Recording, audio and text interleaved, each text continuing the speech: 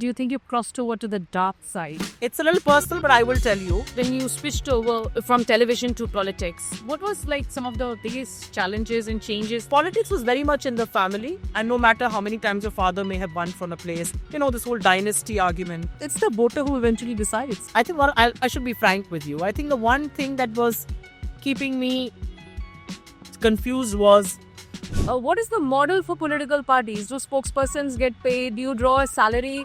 Congress के पास पैसे है भी? That do you think that all of this donation by the corporates to BJP is only happening because of pressure, or because the Congress messaging is also confusing since they come across as a party which is so anti-business, anti-corporate? This Congress is so anti-business. what is happening on TV is, आपने क्या कहा, अब आप इसका जवाब दीजिए. फलाने ने कहा, अब आप इसका जवाब. I mean, who understands this better than you because you're a foreign affairs veteran? There are multiple examples where the Prime Minister goes on a foreign trip, comes back, and Mr. Adani gets a contract. Should the Prime Minister be the chief salesman of one corporate group? What was happening behind the scene with the H-bomb press conference? Did he sit with the team? A lot of young people perhaps think that, he makes for very good conversations. He makes for very good vlogs. He's a great vlogger. I learned this from Rahulji very, very clearly. There are leaders who have, had to exit the party because they had difference of opinion. So that's your outlook. Well, it's hard to believe, Supriya. I mean, seriously, you are spending so much of your time, resources in politics here. If the party doesn't come to power even for the next 10 years, if you don't get to win a Lok Sabha election. I think the Congress went out of power because the Congress did a few things wrong. The Congress could not tell people, दुनिया में बहुत दुख है. जब हारते हैं तब तो बोलते हैं, जब जीतते हैं तब तो नहीं बोलते. Likes and shares तो मिल रहे हैं, votes कब मिलेंगे यहाँ पर. Votes कब मिलेंगे, Supriya जी? Votes मिल रहे हैं, ऐसा नहीं है. Look, are you in love? Are you committed? Is it complicated? Is it a situationship? No, it's not situationship. Situationship was very different. Situationship was there only for friends with benefits. This is not situationship. Weren't you running the 2G reports, the polls? And I was a Congress MP's daughter, and nobody was calling me up to say, how dare you do this, we'll punish your father, how dare you do this, we'll put you in jail, how dare you do this.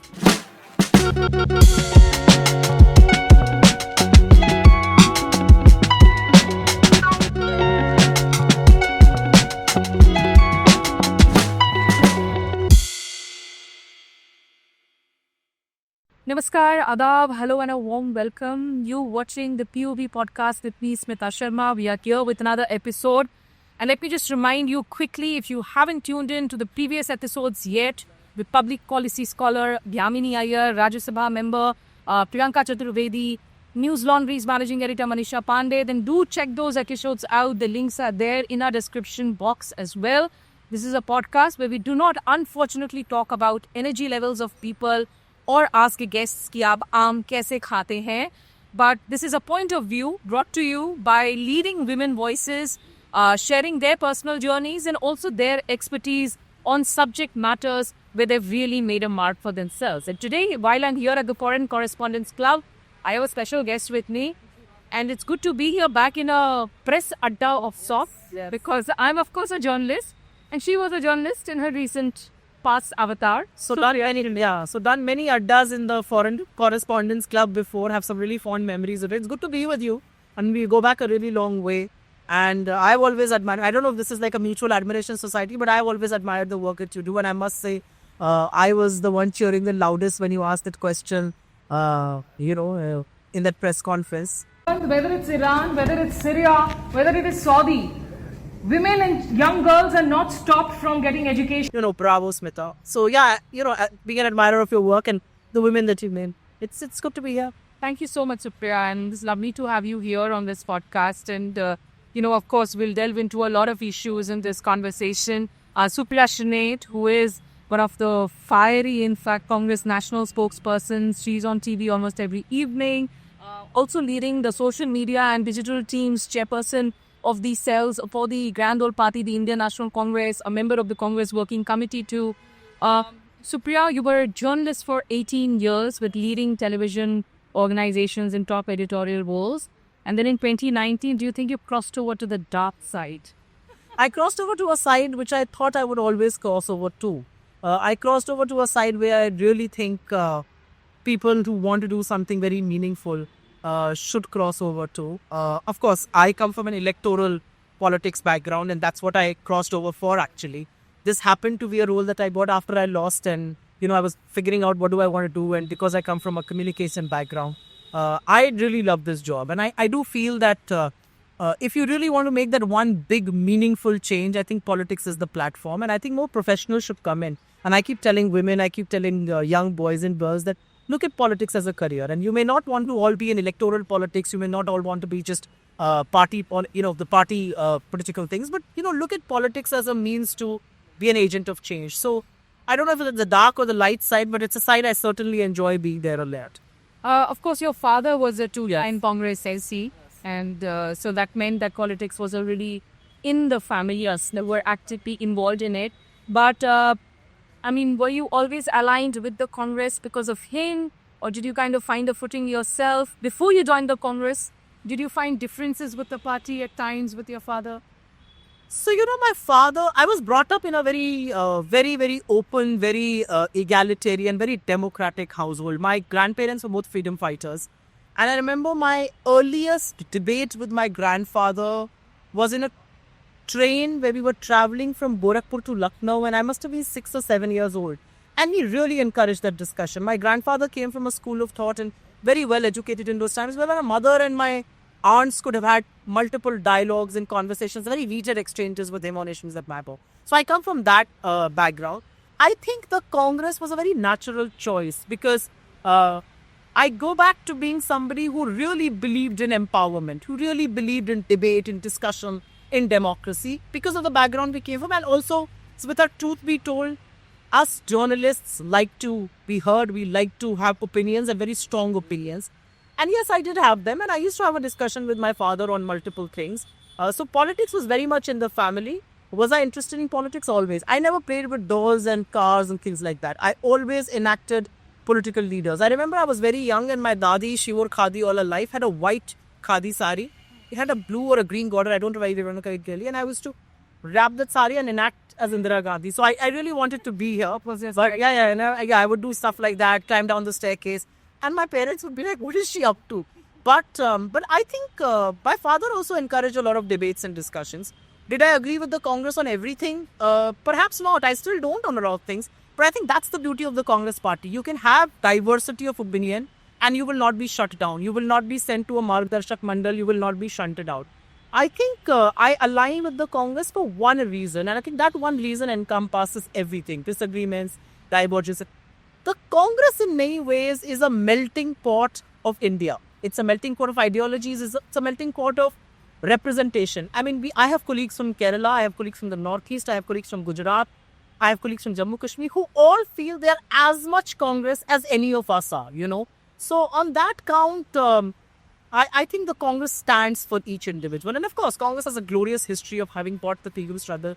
And now what we see unfold before us, and I'm going to make it a little political, I think Congress has to be the choice for young professionals, young people who want to make a change, who like the India where they can have an opinion and not be thrown in jails for that. I want to circle back to that. You said a lot of things where, of course, we will be asking a lot of questions to you from. But, again, coming back to when you switched over to television, right? From television to politics, what was like some of the biggest challenges and changes that you had to kind of get? So let me just go back to the switch. And that's one question that keeps coming up. Were you aligned with the Congress as a journalist? I was an editor and I used to do crime time shows. And the reality is that most in the Congress did not know. And my father was an MP in 2009 to 2014. So very recently. And of course, back before that, an MP and MLA and all of that. And most people in the Congress did not know I was my dad's daughter, barring a very few, and especially in the top leadership. A lot of people found out, like Mr. Chidambaram found out of my father's daughter at his death prayer service. So, but everybody in the BJP knew I came from a Congress MP's family. And I had great access to the BJP. I had a very good rapport with Mr. Jaitley. I had access to all ministers. And they all knew my background because the BJP does a background check. They know exactly who they are speaking to, what's your, political alignment. And I used to have discussions with them also. I do feel the first part of 2014 to 2019 was at least a little different government than what we see right now. They were thin-skinned. They were not as thick-skinned. They wanted to drown voices of dissent, but not as brazenly as shamelessly. So I do believe, and I keep saying that if I wasn't an objective journalist, the BJP would have ripped me apart after I joined politics. They tried to go through my work, but they found out I was very objective, which is why they attacked me on various things, but they cannot attack me for the body of my work. Was it difficult? I don't know if it was difficult or easy. It was certainly different. Because as a journalist, Smita, what you see comes to the viewer with a veil. Nobody questions, nobody knows the truth as much as you as a journalist does, right? So I have seen the real side of what politics is being a journalist on the other side. And when you see it happen and unfold before you as a politician, you know exactly how things are playing. Like I know on a certain issue, how is TV going to debate something? What will print put out? What will be put out on social media? I will know exactly which minister is going to respond to what and in what language. So I think those are things that come in handy. But I do feel in 2019 when I went to contest an election, I'll be this very small snippet. I used to be, I used to anchor shows and I was an editor and I remember doing multiple shows on GST, interviewing the finance minister, the revenue secretary, the RBI governor, everybody. And I thought I had mastered the GST. And then life humbles you. I went to contest an election in Larajganj. And during my campaign trail, I went to a mithai shop. And that guy told me, I have got 12 varieties of GST in one shop alone. I said, what do you mean? He said, this mithai par alag hai, is namkeen par alag hai. Which I thought was an eye-opener. And I remember calling up a friend of mine who was still a journalist. And I said, dude, did we think we know the GST? Welcome to the world where we know nothing about the GST. We don't know how cumbersome it is. We don't know anything about the layers. So I think if life humbles you as a politician, you see misery very up close and first. Vikat, I was going to ask you about that election because, of course, it was a seat that was held by your father previously. And the Congress replaced Aman Mani Tripathi's daughter. That's right. Gave that ticket to you in 2019. But you were not able to, I think, save your deposit. Yeah, that's right. I mean, I wasn't the top thing for you. No, not really. I wasn't. I was given 2 months. I resigned on the 29th of March and I contested an election in May. So I had 2 months to campaign. I wish I had more time and I spend a lot more time in my constituency now and I'm building ground for 29. But no, it wasn't crushing at all. In fact, if anything, it was an eye-opener on issues that really matter, on what people really expect of you, on what people need. I think one of the issues that I will carry back from that election is that no matter who you are and no matter how many times your father may have won from a place, you know, this whole dynasty argument, it's the voter who eventually decides. You may be thrown in the deep. If the voter doesn't vote you in, it doesn't matter. Like, for instance, even though I fought my first election for 2 months, I was the top 10 vote getter in the Congress party. But does it really matter? I lost an election, then I did not contest 24 because my party thought I had a larger responsibility with comms and campaign. But 29, I'm certainly going to contest and win. But I do feel, and I will go back to that, I think elections teach you a lot of reality. And I think the one thing that I have learned in the last 6-7 years is it humbles you. You know, sitting in a television studio with the arch lights and the AC on is one thing. It humbles you because you see misery up close and personal. When I visit Maharajganj and when I go to places where unemployed people speak to me, it's a very different conversation than I would have with at television conclaves. When people speak to me about women's security or why, for instance, a small girl told me that, I dropped out of school when I was in class 8. And you read it in social data that, a lot of menstruating girls drop out because toilets are not available or schools are not as safe. But for that girl to say that I really wanted to be a teacher, and then of course we enrolled her elsewhere, but it humbles you. It tells you that this is real politics, and sometimes what we try to achieve and do is very different and very divergent from that. And I feel more about it because I go on these television shows. Yeah. And these television shows are not really talking about issues that matter. We are discussing Hindu, Muslim, this, that, and the other. So I think that's the reason why people, as Ravish also keeps saying, that you need to stop using that remote control and subscribe and support independent journalism. Come on, I'd highly recommend that. You spend 6 cups of coffee, money on 6 cups of coffee a month. Surely you can spend the money for 1 cup of coffee on subscribing for good news platforms, which are away from commentary. Honestly, I mean, even in the YouTube space, I find too much commentary and less of ground reportage, less of actual reporting as well. But why was the decision so last minute in 2019 to take it? Because I wasn't being able to decide did I want to quit then, and I wasn't being able to decide should I contest 2019. It's a little personal, but I will tell you. I lost both my parents and my brother in a span of 3 years. So I lost my mother in 2014, I lost my brother in 2015, and I lost my father in 2016. 2019 just came too close on the heels. And, my brother's family moved to Delhi. My husband was overseas. He moved back to India. And I had a lot to take care of in terms of, I had to fill in a lot of shoes. My brothers primarily. But yes, my father's. I had to take care of our estate. I had to take care of businesses. I had to take care of my mother's things and issues. And I didn't think I was ready in 2019. But when the opportunity came and I was asked, I think there's no time better to take the plunge and leap of faith. The one decision, I think, I should be frank with you. I think the one thing that was keeping me confused was the financial parameter. As a journalist, I was doing very well. I was making the big bucks, and I had an added responsibility. So I did not know, should I trade commerce for complete uncertainty. I was very sure I'm not going to win this election.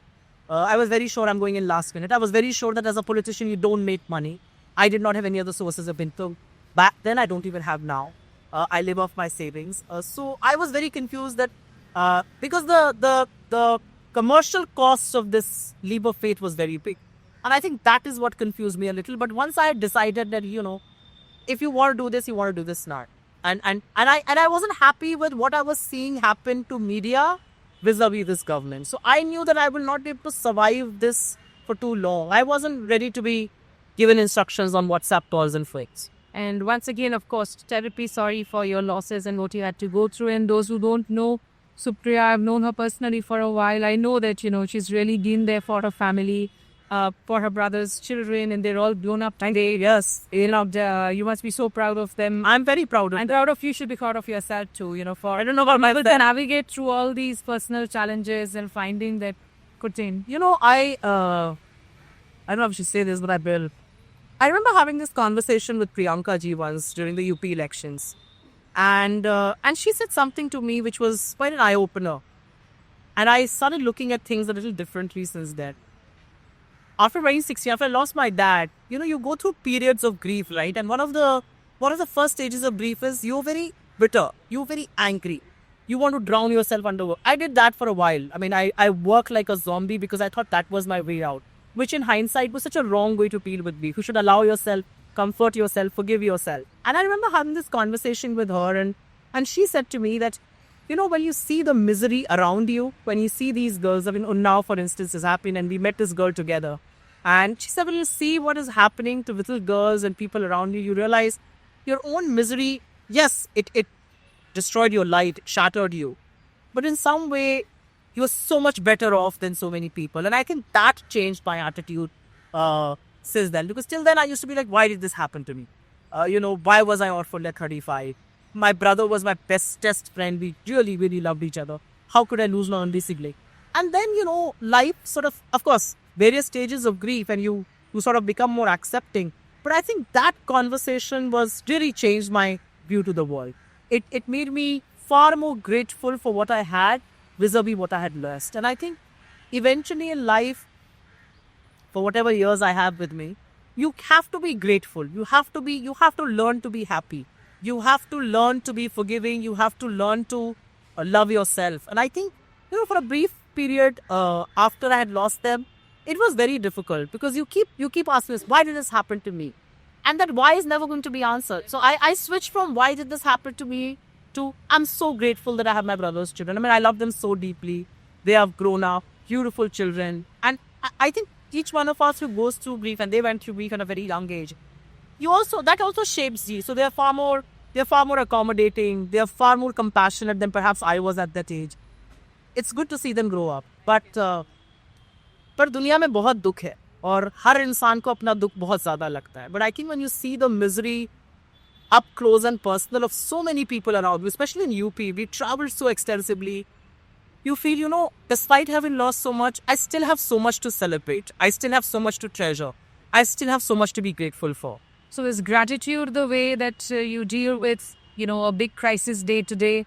On a day that you feel like everything is breaking down, tumbling down, there's chaos around you. How do you pull yourself together? You got to think I'm constantly naming Priyanka ji or Rahul ji. But I'll tell you this. So I became a spokesperson. I lost my election. I came back and I was figuring out what to do. I became a spokesperson. I think by nature I'm a more assertive person than a lot of people around are. Perhaps a little aggressive. That's what they say about women who are assertive. Sorry? Are you insecure? Not at all. Not at all. I'm very secure about who I am. It will take a mountain to make me insecure because I inherently feel that what I deserve in life, destiny will give to me, and that which is not mine will not come to me no matter what I do. But I'm very assertive with my beliefs, with what I say. So obviously people who are assertive and maybe borderline what the BJP will call aggressive will be attacked. So I'm mercilessly attacked. And I remember having this conversation with Rahul ji. And I asked him that how do you maintain your mental sanity with all that is said about you? And he said to me something which answers your question. I'll go back to that. Of course, it comes from previous training as well. He said to me, is what someone saying to you true, or do you know yourself better? And he said, why should someone who's saying something about you which is not true, which is not you, why should that impact you at all? Why should you absorb it? Should let that pass through you. And I think that is such a sane conversation. Like everybody believes when you have a heated exchange on a television channel, the cameras are shut off and I must be seething and the camera shut off and I'm the one laughing the loudest. I'll go around, I'll joke around with people, I'll fool around. And many people in my office to now work with me who didn't know me back then when I was doing very active television. They say, "Oh, cricket she'd be so angry after this." And I go on and say, "Okay, chalo jalebi mangate hai, coffee mangate hai," you know. So is that angry avatar a sort of also part of a theatrical thing that No, I don't think theatrical. I think you feel very strongly about something. But you've got to let the moment pass. You can't let that moment ruin what lies ahead. You can't let anger be carried within you. And I think I learned this from Rahul ji very, very clearly. It also comes to my training. My mother was a very spiritual person. So I was brought up on Gita. And she would always say to me that what you do is going to come back to haunt you.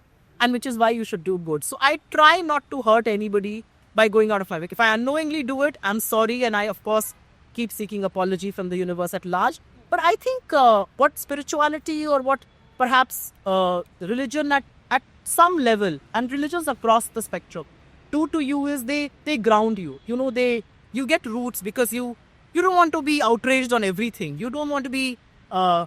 that manufactured outrage is not funny. If I'm outraged about something, I'm genuinely keyworded. Otherwise, what's the cost? You know, the one good thing that you spoke about, of course, was that financial factor before you took the plunge, which was worrying you, and which is actually a factor for so many good people who wouldn't want to come in politics, who can't afford to come in politics. I mean, of course, fighting elections is a different ballgame altogether today. And hundreds of crores of rupees, whether it's an assembly election, parliamentary election. But even for those coming into, I mean, despite that women's bill in parliament, and it's going to take a long, long time for women who are not from political families to find a way into politics.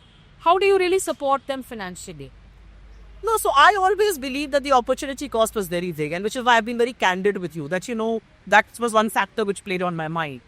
But I do believe that if you really are interested in politics and if you want to make a political career, you should do something with yourself financially. You should have a business, you should have a startup, you should have some source of income. Because the last thing you want to do is you want to make money off your politics. And that is what breeds corruption, right?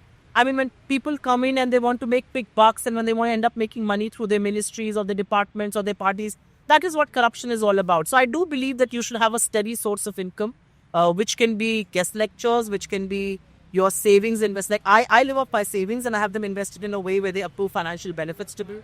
I was also a business journalist, so I could manage my finance perhaps a little better. But I think you need to have a steady source of income. You can't rely on, I did for a while, but it was silly. I was draining resources of my family. And then I sat together, I put my corpus together, money that was invested here, there, everywhere. I put it all together. And I think you need to tell yourself that you need to be financially independent. But yeah, I agree with you. I think fighting an election is very tough. And not just because of the social complexities, but the monies are crazy. I'm sure a lot of young, viewers watching this podcast will be interested to know what is the model for political parties? Do spokespersons get paid? Do you draw a salary? Congress के पास पैसे है भी? No, we are political people and no politician is paid by the party. So no, spokespersons are not paid. So if you believe you can join a political party and make money, no, that's not the need. You're meeting like hundreds of people every day. चाय पानी का इंतजाम कर रहे हो? उसे आप करिए. अपने आप करिए, आप करिए. वो मतलब बिल्कुल पैशनेट होना. That's what politics is about. Yeah, I think politics is a lot of drain on your resources. तो बड़ी पार्टियों में बीजेपी वगैरह में भी पैसे नहीं. I don't know BJP में देते हैं कि नहीं, but the BJP can do and is doing is that they are fixing their people in every institution and making them financially viable, which I think is the wrong thing to do. We should have experts in these institutions. I mean, why should somebody who knows nothing be an OGC director just because you want to get to Lake Bahas and they're various experts? You know who I'm talking about. But no, I do believe that the political parties don't pay their spokespersons. We are political people. No political leaders are paid by the party. But on the question that you asked, chai pani, तो वो तो आपको अपनी जेब से करना पड़ता है. As far as Congress's finances are concerned, we are very transparent. We had 33 crores in banks 10 years back. It is 137 crores now. The BJP had 88 crores in their bank. They have 10,700 crores now. This is only bank money. The BJP has a lot of money elsewhere. We have this money, and we fight elections on shoestring budgets, and which is why I believe, and I have no qualms in admitting that there is no level playing field in India as far as electoral politics is concerned. Messaging, issues, but that's a different ballgame. But electoral politics needs money, it needs media, it needs big sums of money to be invested. We don't have that sort of money. We don't have media with us. I'll tell you what, this is something that I tweeted the other day. I said, for anybody who thinks that there is a level playing field electorally in India, you've been delusional. Now, the response was very interesting. There were a couple of people, and this was on the story that said that the electoral bonds, largest sum of donations are going into the BJP here. But there were a couple of people who responded to, and I thought I'll put it forward as a question to you, right? Because they said that, do you think that all of this donation by the corporates to BJP is only happening because of pressure, or because the Congress messaging is also confusing since they come across as a party which is so anti-business, anti-corporates? So there are two parts to that question. One is the funding to the BJP. You pick up the electoral bonds and you make two columns, companies and dates on which this money was given. It is a quid pro quo. I mean, I have analyzed this because I have some training in analyzing that data. How does money exchange hands? It is total quid pro quo. Either they got contracts and money was paid to the BJP through electoral bonds, or there were raids that were happening, money was paid, those raids stopped, or raids were happening, money was paid, and that raids never happened. So this was a total quid pro quo, which is why I believe electoral bonds was chanda do, dhanda lo, raid karo, or paisa kamao. As far as corporates are concerned, how many corporates, and I have been on the other side interviewing these corporates. Corporates will give every budget a 10 on 10. They switch off the camera and they say कि कबाड़ा कर देगा budget. Actually 11 on 10 देते हैं अगर उनका budget. And some will say 100 on 10 also. So the reality is the corporates are too scared, because if you are going to voice your opinion against this government or against monopoly creation, you will have an ED, a CVI at your doorstep. I mean, you look at how airports are taken away from airport developers and being handed over to a certain monopolist, Mr. Adani, because he is Jimmy, Prime Minister's favorite businessman. So that's one part of the monies that are flowing to the BJP. The second part of your question was more on, does the Congress have confused messaging? Absolutely not. And I'll tell you, I'll give you a small example. Rahul Gandhi was in Germany 4 days back. He was asked a question and he said that India's economy is unorganized and organized. It is built by the MSMEs. There is a place for the Adanis and the Ambanis of the world, but they are not the only ones who can survive. But that is what is happening. 60,000 MSMEs shut down. No eyelids are being battered at all. The reality is that there is a monopoly, there's an oligarch creation happening in India.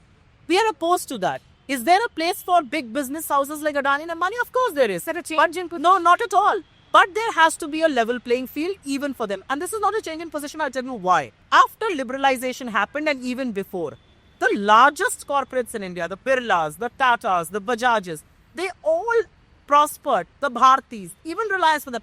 They all prospered in Congress regimes. They all prospered under a Congress government. What was different then from now?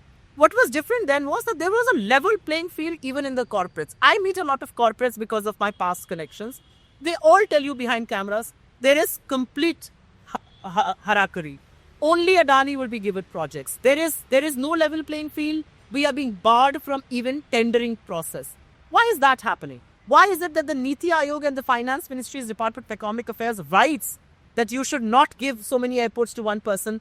It's lauded over. Why does that happen? So I think there is no confused messaging. The biggest corporates happened during our regime. Monopoly creation is happening under them. No, why I asked, and I'm going to come back to the question again, because when you said that Rahul Gandhi in Berlin now says that there is a place for the Adanis, Ambanis, as long as it's not. He said that before also. For the longest, the messaging has been that the two A's are villains. The two A's are villains. And on the other hand, you also see the photos of Mr. Adani with Revant Reddy investing in Hyderabad, the checks being exchanged. I mean, the jobs at the end of the day are coming from these corporate houses. So perhaps a lot of the younger people, a lot of the people who may be fence sitters, they're like, take care, I know I'm not fond of the BJP. But at the same time, this Congress is so anti-business. If the two big houses, business houses are constant villains, where do I go and work? So, I would like to give a slightly detailed answer to this. Are we anti-big business? Absolutely not. These big businesses happened in our regime. What are we against? We are against monopoly creation at the cost of smaller and even some large businesses. Why should Mr. Adani be controlling airports all across the country? Why should Mr. Ambani be the only one who's importing cheap Russian oil, making the big bucks, and Indians are getting no benefit out of it? He's making the $1 million by importing cheap oil and by exporting refined products. Friday has now been booted under America. Yes, absolutely. And I'll come to that also. We are against monopoly creation. You let businesses thrive, but you let businesses thrive equally. So I don't think there's a change in position. Any fence sitter will tell you that we are against monopoly creation. If there is a tendering process, and in that tendering process, if Mr. Adani comes across as an L1 bidder, should that business go to him? Absolutely, it should. But should a business go to Mr. Adani because GMR is going to be raided? Was it GMR or GVK? One of them is being raided by an agency of the government. Sanjay Reddy is thrown out, and that airport lands in Mr. Adani's lap. To me, that is an issue. To me, that is where the government is using its control, its power to align with Adani. To me, when the Department of Revenue Intelligence says that Adani imported lower priced coke or coal and duped the government, sold higher cost electricity, the government should fight this in the court. Why did the government shy away? Why was the court thing shut down? When the US Department of Justice issues a summon, why is the Modi government not allowing it to be delivered to Mr. Adani? Why did the government keep protecting the SEBI chief who was hand in glove with Mr. Adani? Those are the problem issues. So I think if Mr. Adani comes across as an L1 bidder in Rajasthan or Telangana, are we against him? No. I mean, we have no personal animosity against Mr. Adani. What we oppose is his proximity and the patronage that he receives. And because you cover foreign policy, Smita, there are multiple examples. I mean, who understands this better than you because you're a foreign affairs veteran? There are multiple examples where the Prime Minister goes on a foreign trip, comes back, and Mr. Adani gets a contract. Bangladesh, it happened. Israel, it happened. Sri Lanka, it happened. Is this a coincidence? Absolutely not. Should the Prime Minister be the chief salesman of one corporate group? No, he shouldn't be. Should the Sri Lankan minister, when he says that, I had to give that contract to Adani because of pressure from Mr. Modi and his office, how does that go unanswered? Those are the problem areas. So hypothetically... And also, let me tell you, when you say the two biggest business houses, it's an irony that some of the biggest business houses are actually only trading companies.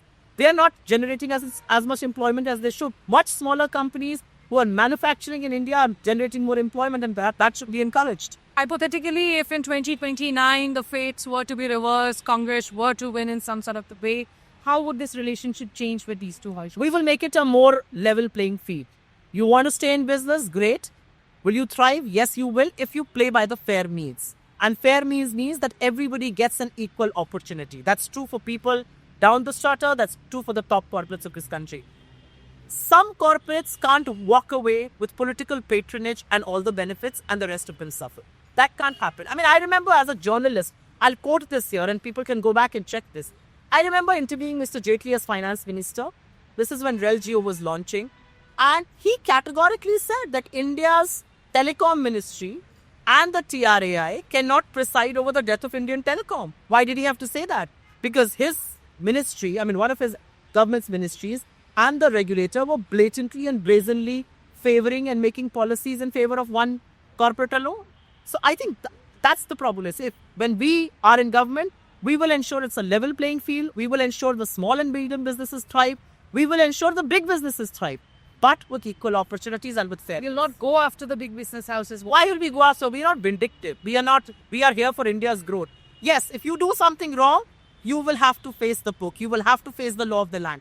You cannot get away with absolutely nothing for crimes, for money siphoning, for shell companies.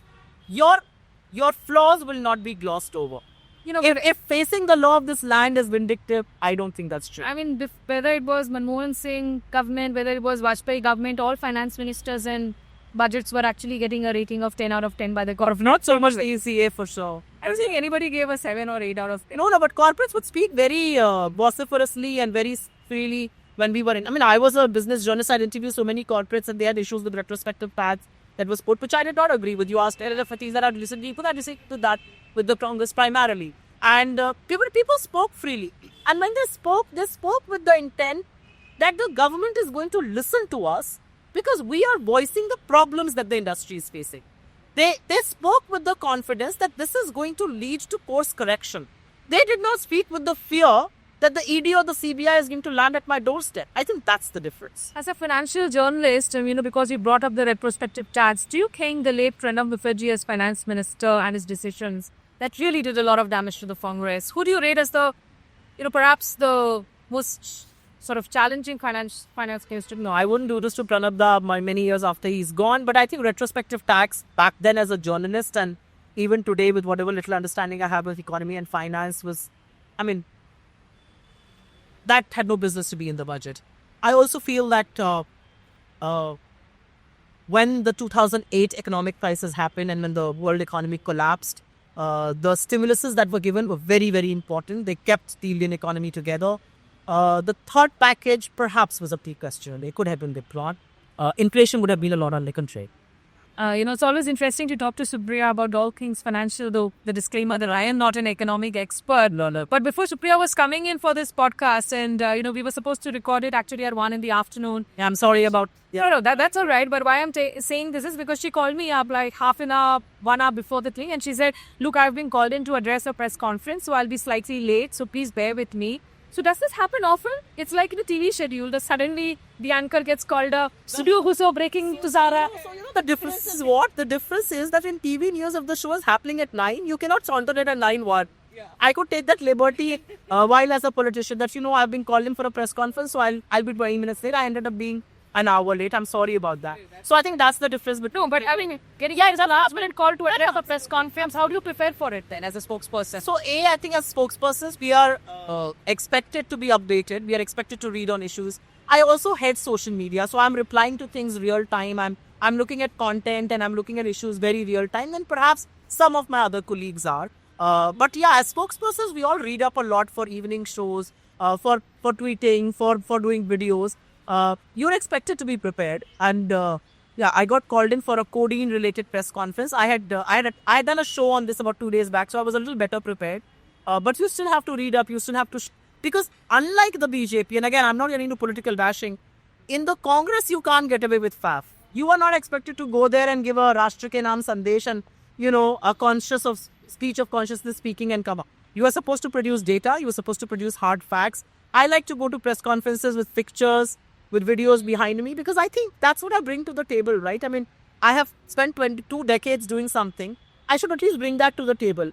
I think the difference that one spokesperson will be differentiated on the other is that I go with videos, I go with scripts, I go with a theme. I did a codeine press conference. I put the pictures of people who are accused on the background, maybe some other... But how much time do you have to prepare for that? How big is your research team? I mean, it would be of interest to know. You'll be quite sure. One difference is, as an anchor, as a journalist, when we are doing last-minute show, it's a little easy because we are meant to ask questions. Of course, that also needs research. Of course. Because only then you'll be able to ask logical questions. But when you're on the other side and you're meant to answer, that research got to be so much deep. So let me be a little cheeky. Maybe you and I think that we need to read up a little and ask the intelligent questions. That's not happening on TV anymore. You're not watching it. Nobody's watching me. No, everybody's People are watching. Millions are watching. People will watch you. People will watch you and people will watch you a lot more. What is happening on TV is, आपने क्या कहा, अब आप इसका जवाब दीजिए. फलाने ने कहा, अब आप इसका जवाब. That's what's happening on TV. Nobody's with flash. But no anchors are reading up In fact, most of the time, if you ask the anchor a question, there is death-defying silence. The anchors are detecting this government more than the spokespersons are. But yeah, that apart, you are given time. It's not as if you're not given time. But I think primary research is done by the. On TV, you still have teams and you still have somebody who can come in your earpiece and tell that why you're on breaking news. This is something also. There's nobody in my earpiece anymore. So I think that's the difference. But I like to do my own research. There are some who rely on department research also, but I like to do my own research because I think I've always done it. And it just makes me more confident while I'm speaking. And you have to be very careful that you can't say something which is not true or which is partially true. You've got to speak the truth because you'll be quoted. You'll be hauled up. You can face defamation charges. So I like to do my own research because I want to be 100% sure of what I'm saying. And if I'm not sure about something, I'll gloss over it. But how much you given time? I was told about this press conference about an hour and a half in advance. She pulled up the photos in the middle of. Because I had done the show, I had these photos on my phone. But otherwise, in this digital world, it's very easy to. And I also think some of us are better adept at doing this. I think heading social media has made me quicker. Well, I mean, Congress, in all fairness, you've been doing a lot of research, documented press conferences, including the ones on SIR, on electoral roll revisions addressed by. I think that guy, we are all towing RG's line. We are all towing Rahul. When he's making a PPT, you can't go there and speak it combat. Take us through what was happening behind the scene with the H-bomb press conference. Its instruction process like. No, his instructions were very simple. If there is any word that cannot be authenticated, if there is any word that there is a doubt over, I will not say it. So did he sit with the team for hours? Yes, absolutely. Yes, absolutely he did. He saw every figure, every word, every slide. He was absolutely sure about what he wanted to say. He had seen the data. He had verified the data. Nothing that he has spoken in his 3 press conferences, Madhepura, Aland or Haryana, not one word has been disputed by either the BJP or the attacks are happening on everything around it. The attacks are not happening on the indisputable data or the photos or the proofs that he has put forward. And I think that's the proof of the pudding, that he has not been able to, nobody has been able to refute him on that. But yeah, he spent a lot of time on these things. Do a proper dress rehearsal for like a full press conference. I think he's too bright to do a dress rehearsal, but he certainly went over the slides and he certainly saw what numbers are being put where. He was very, very sure about what he wanted to say. He wanted the pictures to be verified multiple times. He was very sure that he did not want to do a shoddy or a half-baked job. And which is why I think he really set the bar very high for the rest of us. I think after he did the PPT, some other leaders have also come out and done press conferences on vote chori and they followed a similar pattern.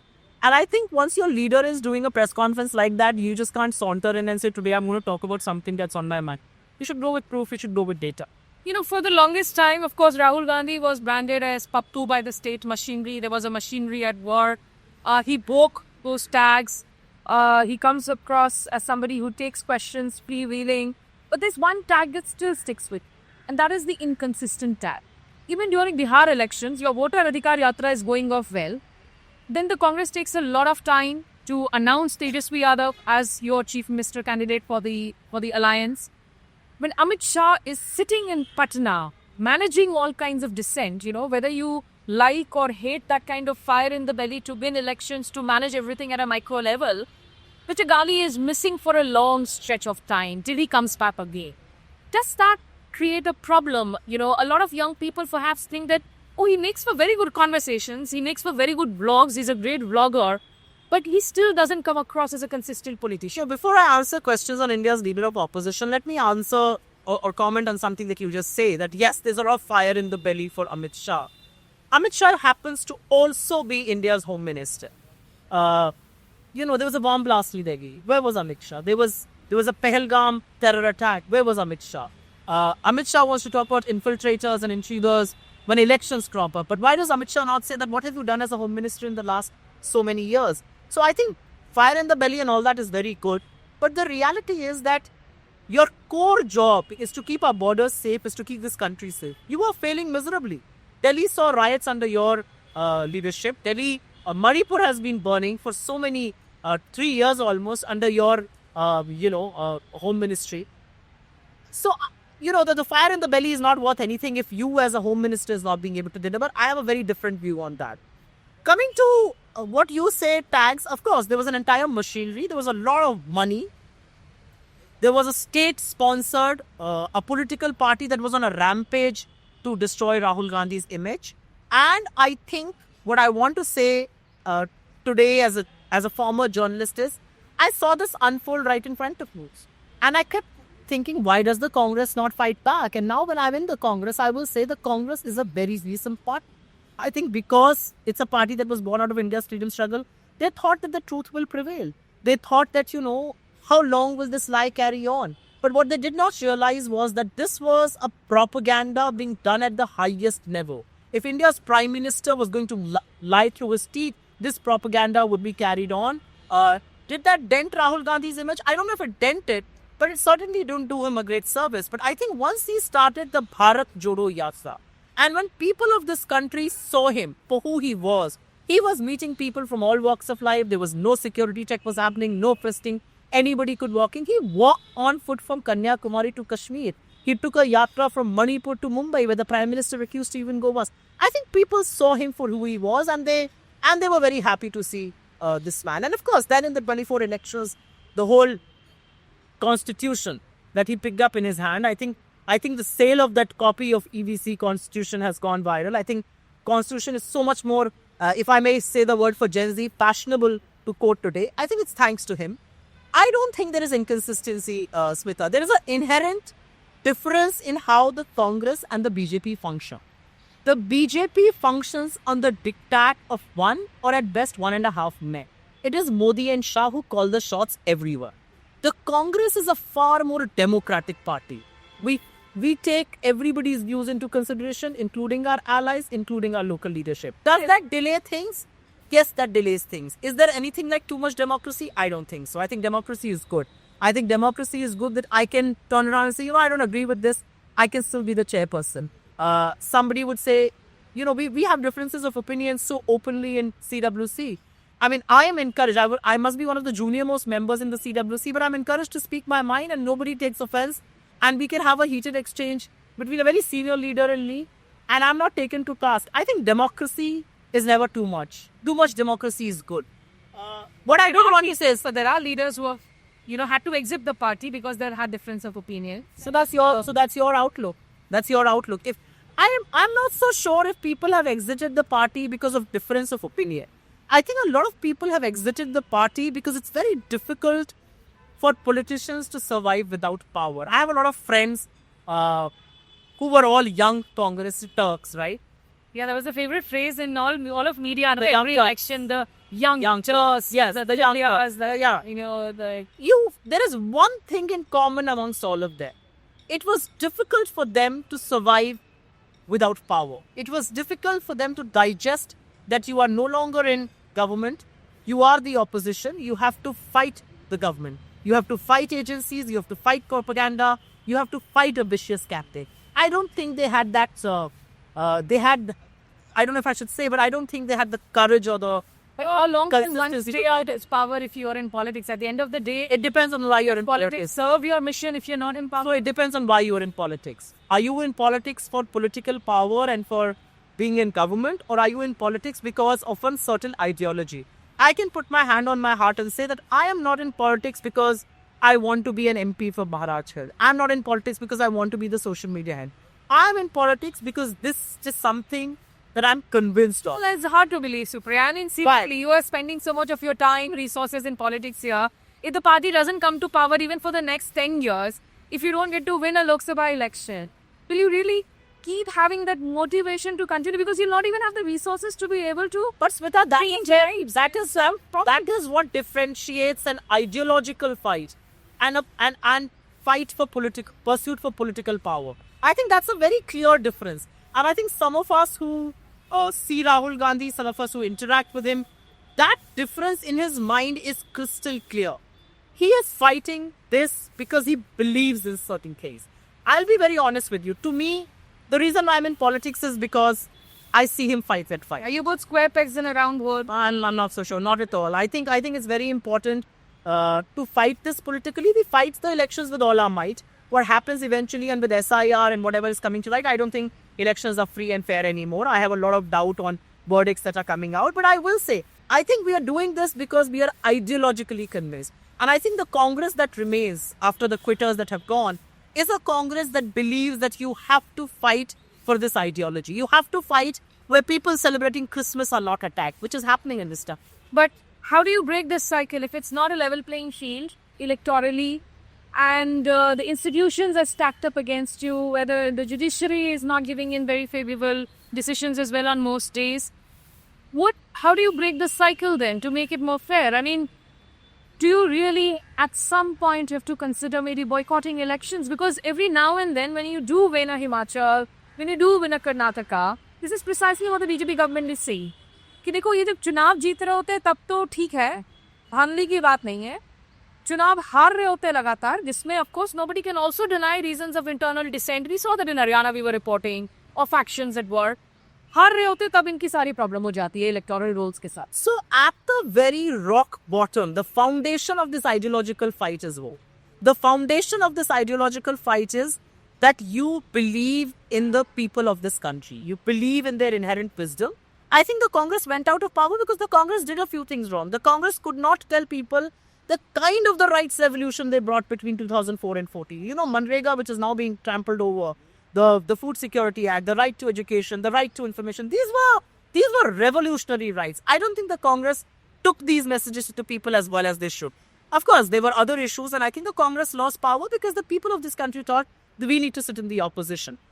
The inherent faith in the people of this country is what makes us fight. The BJP is winning today, and yes, there are many things stacked against us. But I think the people of this country, the youth of this country, give us the faith, give us the courage, give us the gumption to keep going ahead. And I think eventually it's the people who will set things right. So to answer your question, where does that courage come from? Is this a lost battle? No, it is not. To answer the second part of your question, that जब हारते हैं तब तो बोलते हैं, जब जीतते हैं तब तो नहीं बोलते. Aland was a seat we won. Karnataka election we won. Yet we speak about Madhepura.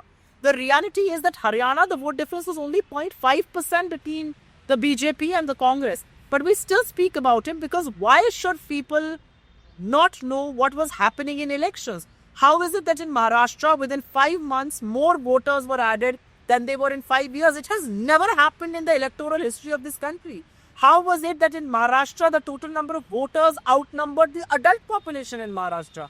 How is it that in Haryana, there was a Brazilian woman whose pictures wasn't pasted for 22 electoral rolls? There was a woman whose name appeared 200 times. These are gross irregularities. Has the election commission been able to answer any of that? No. Is the session boycott on the table? No, not at all. Why should we do that? Why should we be hurt? I mean, because I don't take to the street. Look, Yutha, how do you break this cycle? You look at the 2024 verdict, or look at any verdict. The BJP gets 35, 36, 37% vote share. There's an overwhelming majority, which includes the majority of Hindus, who are not voting in their favor.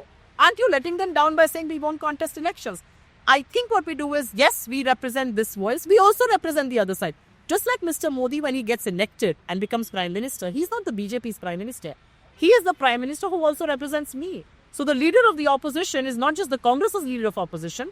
He is also the leader of the opposition for the entire country. And when he is asking a question, these questions are coming from the nation. So I think electoral boycott is something I would never favor. I think that would be belying the faith that so many people in this country put in you. Just the last 2-3 questions. I know I can go on and on with you, and it's a fascinating conversation. You mentioned Manrega. Yeah. And for you, what is the one biggest problem with not just this renaming? Because, of course, on paper, the BJP is saying that, look, we have increased the number of fixed employability to 125 days from 100 days.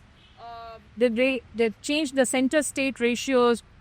The implications on federal fiscal health. What is the one biggest worry for you from this change? So I won't go with one. I'll tell you the 3 or 4 biggest worries that I have. Renaming, of course, is a big concern because, renaming Mahatma Gandhi with something that you want to expand to Ram. I'm a practice in Hindi. I take a lot of offense that Rozgar Ajivika Mission becomes an acronym and you are marketing that in the name of Lord Ram. Please don't do that. You insult the God that millions pray before. They hate Mahatma Gandhi. Godse, who was inspired by them, killed Mahatma Gandhi. They've now killed his name. But that's one part of the issues that we have. Let's talk about the 125 days to begin with. This government says that Manrega had 100 days, we will give you 125 days. You know the track record of this government? In 2018-19, the Modi government on an average gave 51 working days to the people, on an average. By 2024-25, that number came down to 42. आप 50 दिन का तो दे नहीं पा रहे, आप 125 दिन का पाप दिखा रहे हैं. To me, that's an issue. Don't throw jumlas at people and don't think people don't understand what you did. 100 days to 125, but we are giving you employment for only 42 days. That's the reality. The fiscal relationship that has changed, 60-40. Till now, 100% of the wage bill was coming from the central government. 75% of the cost of material and the administration cost was coming from the central government. So suppose 10,000 crore worth of work was done, 7,000 was wage bill, Mazduri, that came from the central government. 3,000 crore worth of product and administration, 2,250 came from the central government, 750 came from the state.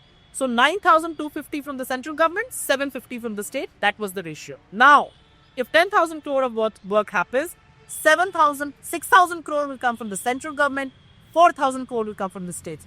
From 750 crore, you are asking the state to spend 4,000 crore. That's a 430% rise. How is that justifiable? Because states have limited access to resources. When the central government increases additional and special excise duty, they don't share it with states. They only keep it for themselves. All the cess that the central government collects, education cess, everything, they are keeping it for themselves. Agri cess, they're keeping it for themselves, not sharing it with the state. So burdening the states, that's the second problem I have. The third problem that I have is Manrega, at the very root of it, is a demand base. It was one of a kind guarantee of work given to rural workers. Anybody, one member from any family could, by filling a form, ask for Manrega work, and the central government was obliged to give that work. And the law said if you can't give that work, you will have to make a payment in lieu of that work. What is happening today? The central government will now have prefixed determined criteria. It will have fund allocation. The central government will decide which state is going to get how much work done, how much fund is going to go to which state. So we all know which states are going to get funds. That's one part of the problem. The other part of the problem is you're essentially saying funds are over, work is over. Because you are not saying that this is a flexible fund. This will not increase. If they were to increase, the state government will have to bear the entire cost. From a guarantee of work, you have made the worker dependent on the wills and fancies of the central government. And the last thing, the 60-day compulsory withholding of the scheme. To me, has the central government decided to become a supplier of cheap labor? How dare you tell, just because he's a daily wage laborer, you are telling him you have no choice. You want to work for public utilities? No, you don't have any choice. You go and work in a private farm. Have you become a cheap labor supplier? What about the dignity, the right of that person? Just because he happens to be a daily wage laborer, you choose not to give it. But as far as the fiscal burden on the states is concerned, most states today are ruled by the BJP. So even those BJP's chief ministers will have to put in that much higher. We look at how they behave. West Bengal, for many, many years, has not got a single penny in Manrega. It has ended up in torts. The courts have directed, yet Mr. Modi has not released the funds. Please understand, when the central government decides the quantum of work a state can do, that is the problem. Why can't states have the liberty to decide how much work happens? That was the model, the whole Manrega. And you know, Manrega served us very well. There was a 14% rise in rural wages. Manrega was the only thing that kept rural economy alive during COVID. The reality is that 26% people were lifted out of poverty. The 27 crore, that number that we quote and that gets talked about, people were lifted out of poverty, happened due to schemes like Manrega and the Food Security Act. You could have made it better. You had an issue with pilferages and leakages. Absolutely. You know, over a time, schemes will make it better. Increase the wages. You have not told what the fixed wage is going to be. Why do you want to undo something that served you well? Like in English, I say, why fix what ain't broke? You are actually breaking it. And in the name of fixing it, you are breaking it even further. So just the final question then, you know, something that you mentioned earlier, that one of the mistakes that the Congress did while it was in power and, you know, in the run-up to 2014 was that it wasn't able to communicate properly in terms of the, you know, big sort of projects it had taken. And that's a part of, you know, big part of your responsibility today.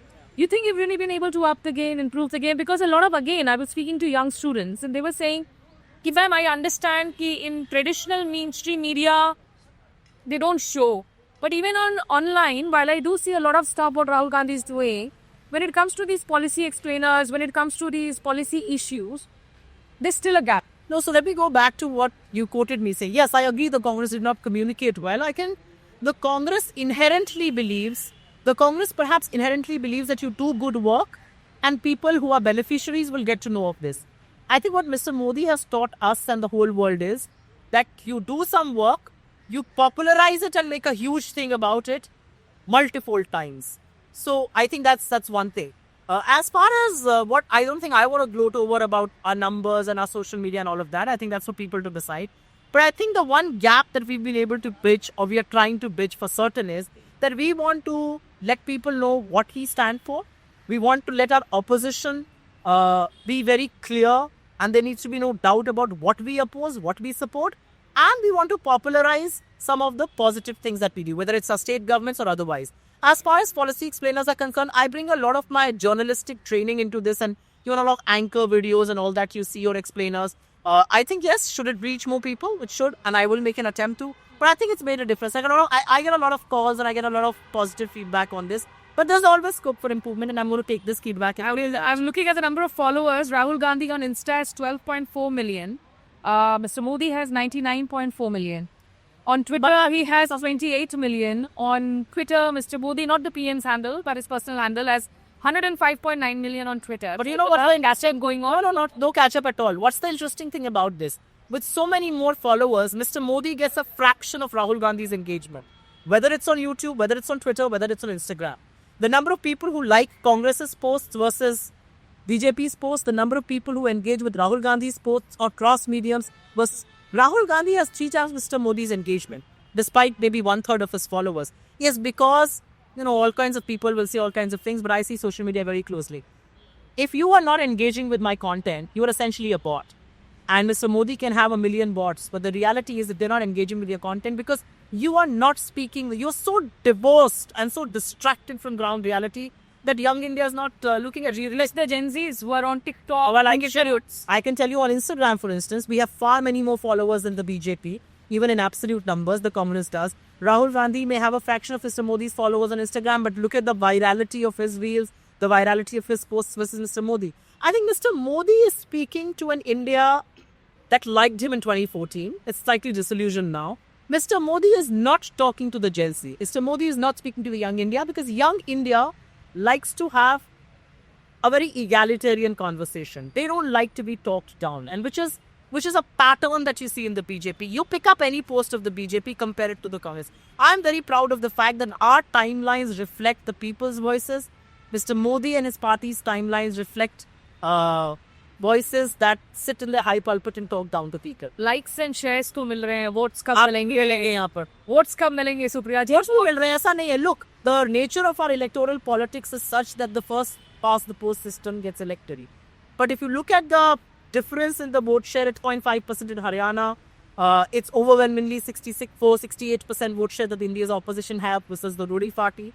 But I think things are turning around, and things will turn around because so far there was this myth that they were invincible and they were winning elections. Large sections of the people always told us there's something wrong with the EVM. Large sections of people said, I voted for you, but it didn't take. Now it's for people to see. Look at how elections are being fixed with the machinery at hand. Agencies, and I'll say this last thing, agencies like the Election Commission, on whom the whole responsibility of free and fair elections rest, are so busy squandering that opportunity, are so busy being in hand and glove with the BJP on road show. But what is the status of this opposition India bloc? I mean, are you in love? Are you committed? Is it complicated?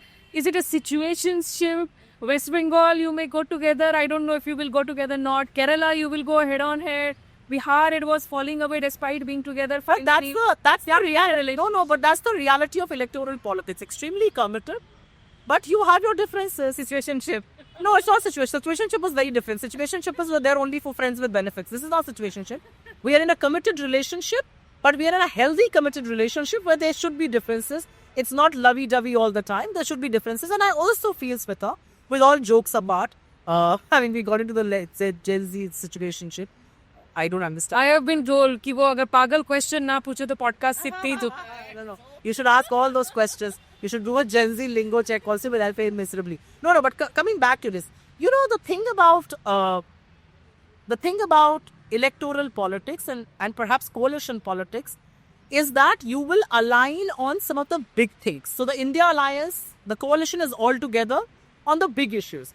But state-wise, local elections, we are going to be perhaps fighting independently or against each other. Because that is the nature of ground realities. You will perhaps benefit the BJP if you all come together in every state after state. So I think, and those decisions should be taken by local leadership in consonance, of course, with the central leadership. But I think that amount of freedom needs to be given to political parties to pursue their political interests to the best of their abilities.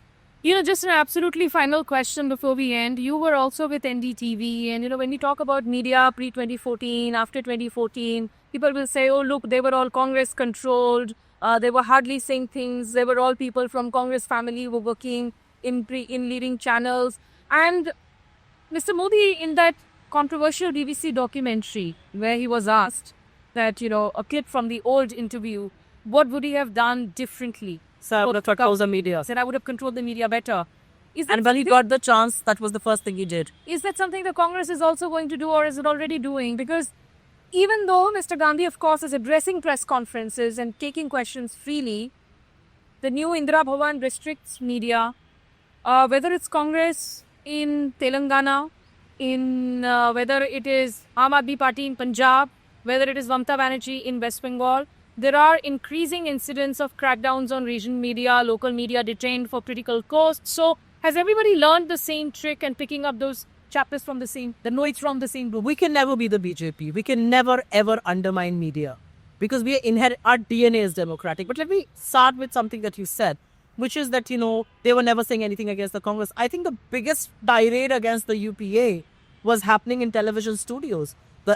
The manufactured outrage, the propaganda by the Anna Hazares of the world and the kind of prime time and viewership it was getting was all happening in television studios. There was no crackdown. You think the crackdown wasn't possible if the Congress government wanted to? Absolutely it was. But they didn't inherently believe in that crackdown, and which is why people run amok. And quite frankly, there was so much fact check that should have been done. They were running absolute lies. They were propagating half-truths. They were slanderous. Without anybody being convicted, they were the judge, jury, and executor. Weren't you running the 2G reports, the polls? And I was a Congress MP's daughter, and nobody was calling me up to say, how dare you do this, we'll punish your father, how dare you do this, we'll put you in jail, how dare you do this, we'll shut down your channel. Nobody was doing that, but today that is happening. So I think that's the inherent difference. That's one thing. I could do television shows on high prices.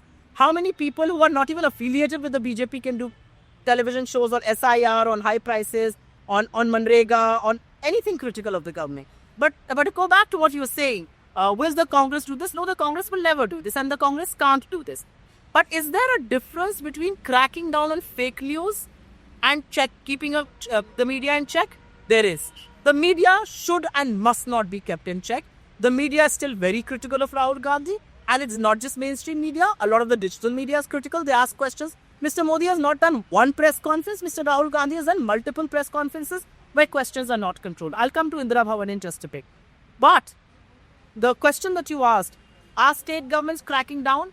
If there is a hate-filled or a propaganda that is meant to fuel hatred and divide society and create trouble for various sections, should that be cracked down upon? Absolutely it should. Should fake news be battled? It has to be battled. It must be reined in. It must be kept in check. To go back to the Indira Bhavan, it's a beautiful building. A lot of the journalists, including you, I think were invited, and there was a beautiful lunch that they served. We have two offices. One is Ashoka Road, the other one is Akbar Road. I haven't been yet. You haven't been there. Please be my guest any day. One is Akbar Road and the other is Indira Bhavan. Indira Bhavan right now houses very few departments. Some of us continue to work out of elsewhere, Akbar Road for instance. Social media is working out of Indira Bhavan. I think it has more to do with the fact that, and there is access to media. So whoever is studying there's no access to media is completely wrong. There is access to media for press conferences. I give television bites every day. The media comes in. Because there are departments and because there are many meetings that are happening, which are perhaps a little more confidential in nature, you don't want to let the media be all over the place. I think it's standard practice that political parties across the spectrum are. I mean, I'm coming now and there were 50 media channels that were there today with their cameras. They want to stay there. They'll have tea, coffee after the press conference and leave. So, no, I don't think it's out of bound or out of reach. But please be my guest. I should serve you. And there's excellent food that we serve in our canteen. Okay, I'll come have the chai for you for sure. But you know why I'm worried is because when two women journalists are arrested in Hyderabad for projecting the views of somebody they've interviewed, and then the word which is used by Mr. Revant Reddy, which was also quoted by the Committee to Protect Journalists, that he said these journalists need to be identified and they should be publicly paraded. I mean, at the end of the day, you've been in the press yourself. And you see this government also is wanting to launch its own press information bureau cells where they're wanting to be the judge, jury, executioner, deciding what is fake news or not. Who gets to regulate the press? I think the best regulation for the press is self-regulation. I think anybody who tries to regulate the press is doing great disservice to the fourth pillar of democracy. But is the press being self-regulated? I don't think so. Then these threats of publicly paraded... I'm coming to that. I have a very strong view on this and I will voice my opinion. But today, what is happening, Smita, is that whether it's journalists in print or journalists on television, I hate to say this, they are propagandists. They run a propaganda on air and then they are running huge propagandas on their social media channels, on their Twitter, on their Facebook profiles. And I think that is very, very dangerous. And most of the propaganda is against a certain community. It intends to create animosity. It intends to vilify a certain section of our population. And I don't mean to shy away from words.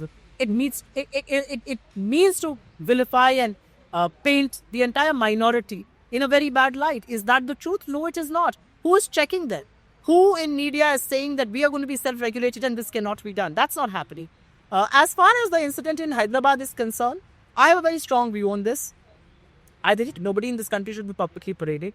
There are laws. If somebody has broken the law, if somebody is intentionally spreading animosity and hatred, they need to be taken to task. I think the Chief Minister is an extremely passionate man.